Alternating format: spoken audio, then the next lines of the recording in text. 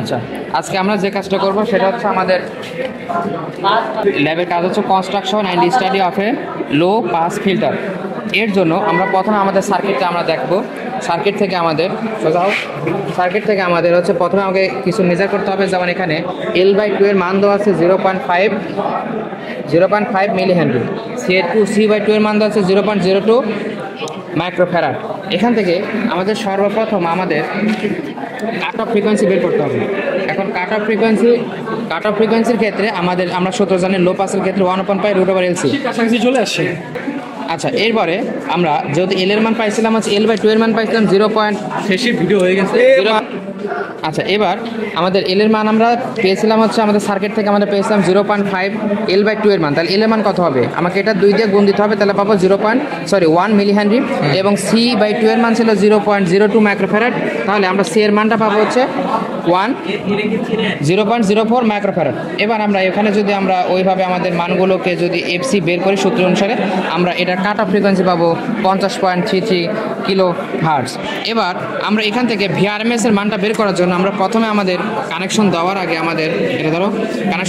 আমাদের যে জিনিসটা করতে হবে এটা হচ্ছে আমাদের অসিলেটরের আমাদের এই প্রান্তের সাথে যে কোনো একটা ফ্রিকোয়েন্সি, এবং এই ফ্রিকোয়েন্সিটা হতে হবে কাট অফ ফ্রিকোয়েন্সি অনেক কম। সেটা আমরা নিলাম 1500 হার্টজ। আমরা সে নিলাম 15 গুণন 100 হয়ে গেল 1500 হার্টজ। হ্যাঁ, আমরা 1500 হার্টজের জন্য পেয়ে গেলাম। 1500 হার্টজের জন্য আমাদের এখান থেকে ভোল্ট মাপার জন্য আমাদের মাল্টিমিটার নিতে হবে। নেওয়ার পরে আমরা যখন কানেকশন দেওয়ার পরে দেওয়ার পরে আমরা দেখতে পাচ্ছি যে আমাদের মানটা অনেক বেশি আসছে, কিন্তু এটা যেহেতু আমাদের অসিলোস্কোপ এসি কারেন্ট দেয়, তার জন্য আমরা এখানে অবশ্যই সিলেক্ট করতে হবে আমাদের এসি। আমাদের এখানে এসি সিলেক্ট করলে আমরা দেখতে পাচ্ছি আমাদের মান আসছে 1.924। তার মানে আমরা যদি এখন আমাদের সার্কিটে চলে যাই, আমরা দেখতে পাবো যে আমাদের RMS ভ্যালু যেটা আসছে 1.99, এটা আমাদের এটা পূর্ব ভ্যালু আমরা পেয়ে গেলাম।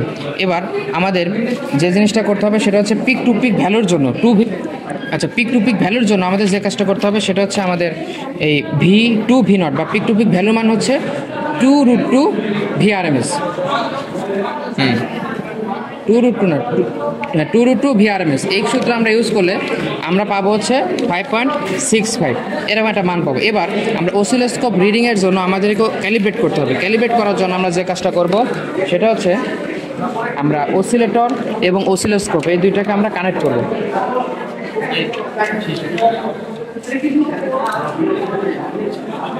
আমরা অসিলেটর এবং অসিলোস্কোপে কানেকশন দেওয়ার সময় খুব একটা ইম্পর্টেন্ট কথা, প্লাসে প্লাস মাইনাসে মাইনাস আমার কানেকশন দিতে হবে। দেওয়ার পরে আমরা এখানে দেখতে পাচ্ছি যে আমাদের এরকম কিছু একটা উল্টাপাল্টা ছিল, তখন আমাদেরকে এটা এই নব ঘুরিয়ে, অর্থাৎ আমাদের ভার্টিক্যাল যে নব সেটা ঘুরিয়ে এবং পজিশন কম বাড়া করে এটাকে আমার একটু ভেরিয়েশনটা বাড়িয়ে আমাকে এটা 40 ঘরে নিয়ে আসতে হবে। অর্থাৎ এইখানে হচ্ছে মিডল পয়েন্ট। ভিডিও হচ্ছে। আচ্ছা, এখন আমরা এখান থেকে আমাদের নব ঘুরে আমরা এখানে মোটামুটি আমরা 40 ঘর পর্যন্ত আমরা যদি আমাদের একটা শিফট করি, আমরা প্রথমে এটাই হচ্ছে আমাদের ক্যালিব্রেশন। আর পজিশনটা একটু ডানে বামে করার জন্য আমরা এক্স অ্যাক্সিসের ওটা নিব। মোটামুটি আমরা এখানে দেখতে পাচ্ছি আমাদের 40 ঘর আমাদের রিডিং আছে। ওকে, এবার আমরা এই দুইটা কানেকশন আমরা খুলে ফেলার পরে আমরা এইটার অর্থাৎ অসিলেটরের কোনো কানেকশন আমরা ছাড়বো না। অসিলেটরে আমরা কোনো হাত দেবো না। হ্যাঁ, টাচ করবো না। আমাদের কাজ হবে অসিলেটরের কাজ, অসিলোস্কোপে কোনো টাচ হবে না। এবার আমাদের যে কানেকশন সেখানে আমরা এখানে লেখা আছে অসিলোস্কোপে আমরা অসিলোস্কোপ দিলাম। ওকে, এবং অসিলেটরের ক্ষেত্রে আমরা যে অসিলেটর পেয়েছি সেটা আমরা অসিলেটর দিলাম। ওকে, আমাদের হয়ে গেল। এবার এখানে আমাদের আছে ইন্ডাক্টরের ঘর। আমাদের এই যে ইন্ডাক্টর, এই যে আমাদের ইন্ডাক্টর দিলাম, এবং আমাদের আরেকটা ইন্ডাক্টর আছে এই যে আমাদের এখানে ইন্ডাক্টরের কানেকশন আমরা দিয়ে দিলাম। ওকে, আমাদের সার্কিট কমপ্লিট। এখন আমরা আমাদের এই ঘরে চলে যাই। ঘরে গিয়ে দেখবো আমরা নর্মালি খুব অল্প ফ্রিকোয়েন্সি থেকে আমরা ফ্রিকোয়েন্সি নেওয়া শুরু করব। আমরা দেখতে পাচ্ছি এখানে আমাদের প্রথমে নেওয়া হয়েছে 0.1 কিলো হার্টজ, অথবা আমরা যে কোনো একটা হার্টজের জন্য আমরা দেখিয়ে দিই। আমাদের যদি হয় 20, আমরা 20 কিলো হার্টজ নেব।